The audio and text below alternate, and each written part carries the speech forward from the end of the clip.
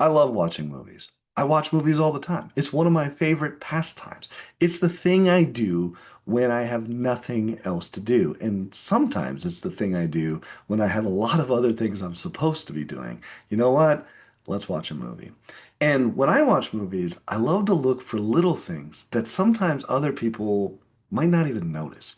And one of my favorite storytelling devices in movies is something called Chekhov's gun. Now, if you've never heard of Chekhov's gun, hang around for a minute, because this gets kind of interesting. First of all, let's clear up any sort of confusion. Chekhov's gun has nothing to do with Star Trek. One, because that is a phaser, and two, because that character is Sulu, not Chekhov. Oh my. And look, if we've offended any Trekkies out there, I apologize, man. Here, may the Force be with you. All right, so let's get to it. What actually is Chekhov's gun? And I mean, I could tell you it's a storytelling principle or a trope. And while those things are technically true, the best way to explain it is like this.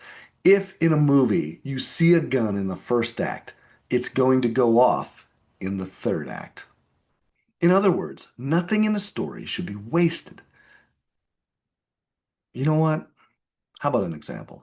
This is from the movie The Cloverfield Paradox, and it's a perfect example and pretty much a literal translation of Chekhov's gun. Against commander's orders.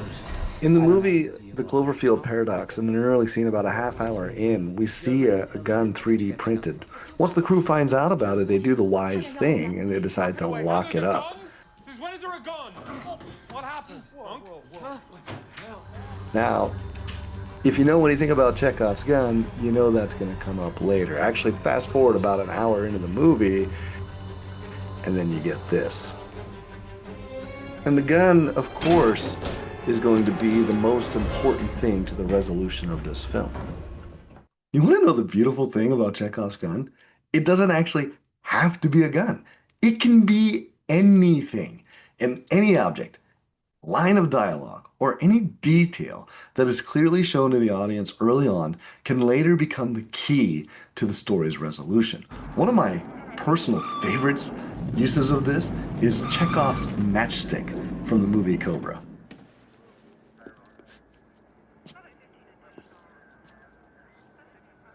I mean, that dude carries that matchstick around from the very first time you see him all the way until the third act when he finally uses it.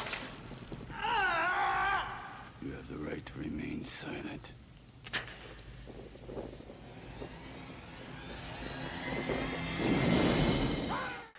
Now, I do have one personal favorite use of Chekhov's gun of all time. But before I get to it, I should take a second to talk about who Chekhov actually was and what he meant by all of this. Anton Chekhov was a famous playwright in the late 1800s, and in an odd kind of turn of events, he started out making plays in order to make money. But then he became really successful, and then that success caused him to become incredibly ambitious about storytelling. His ideas about narrative structure, realism, and character helped shape many of the storytelling conventions that still dominate movies today. But here's the key thing. Chekhov's gun was never meant to be a cute little trope screenwriters throw into their script. It was a warning. Chekhov's message to writers was simple. Everything in your story should matter. Don't waste the audience's time. If you show something, if you mention something, if you draw attention to something, it must pay off. It's about attention to detail. And when it works, it rewards the audience for paying attention. So with all that in mind, let's get to my personal favorite example. And that would have to be the scuba tank in Jaws. I'm not gonna beat around the bush, dude. Steven Spielberg is a master filmmaker, and Jaws is widely considered the original summer blockbuster. It changed Hollywood forever. The movie has great characters. It also has incredible filmmaking, including one of the most famous uses of the dolly zoom ever put on screen. It has groundbreaking special effects, specifically an animatronic shark nicknamed Bruce, who is absolutely notorious for malfunctioning during production. Bruce, the shark, is the titular character and kind of the main character by extension. However, because of his failures to actually work most of the time, he gets a paltry 4 minutes of screen time.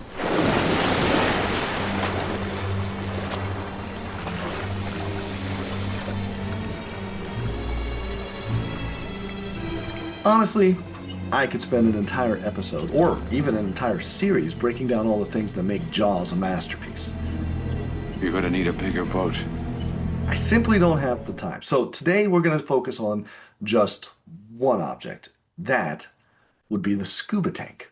Now, if you haven't seen Jaws, what the heck is wrong with you? It's a great movie and it's been out for like 50 years. So totally you should pause this and go watch it. You know what? Just keep watching. It's not a spoiler anymore. But just for any trigger warnings out there, major spoilers ahead.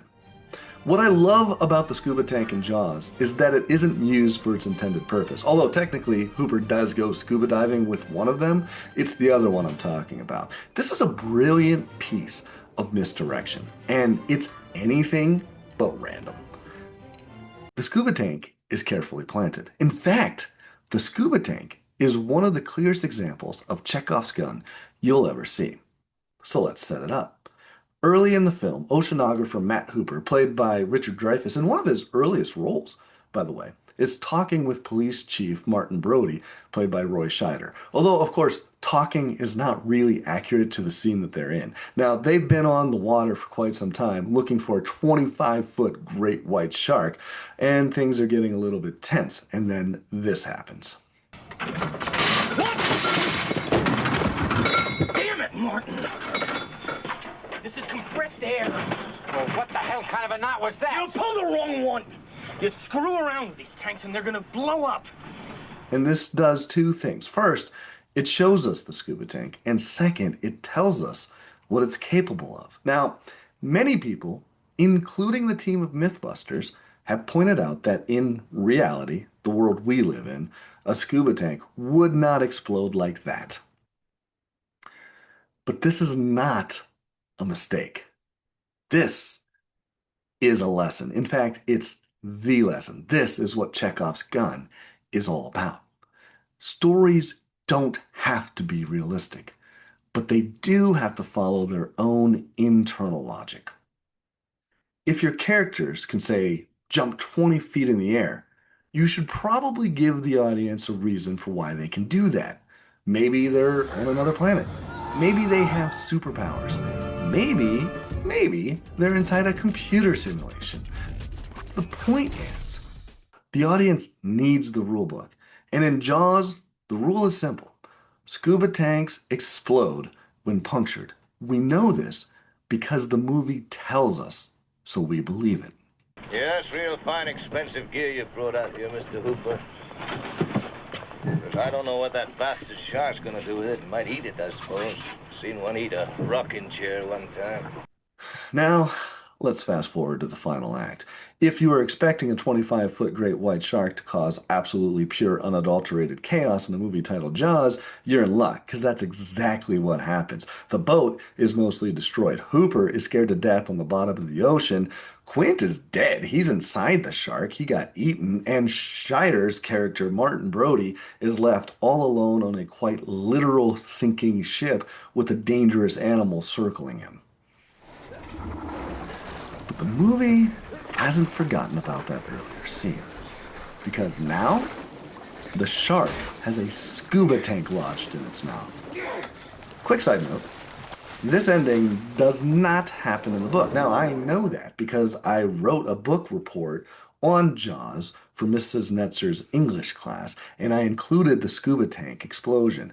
I got a bad grade because apparently that's not how the book ends. And I say apparently because, full disclosure, I still haven't read the book. But I can tell you this, Peter Benchley, who wrote the book, is credited as a screenwriter on the movie Jaws and notoriously will get kicked off set for disagreeing with the ending of the movie.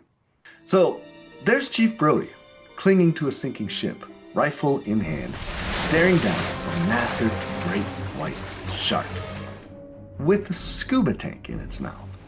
And we already know exactly what happens when that tank gets punctured.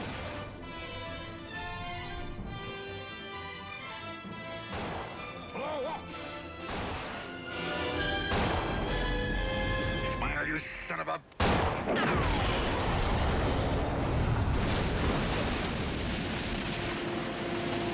Chekov's scuba tank.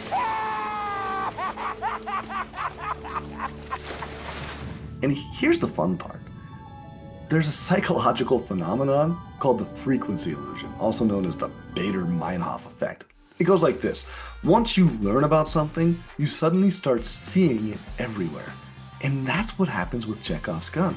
Once you know what it is, you'll start spotting it in movies, TV shows, books, video games, everywhere, all the time.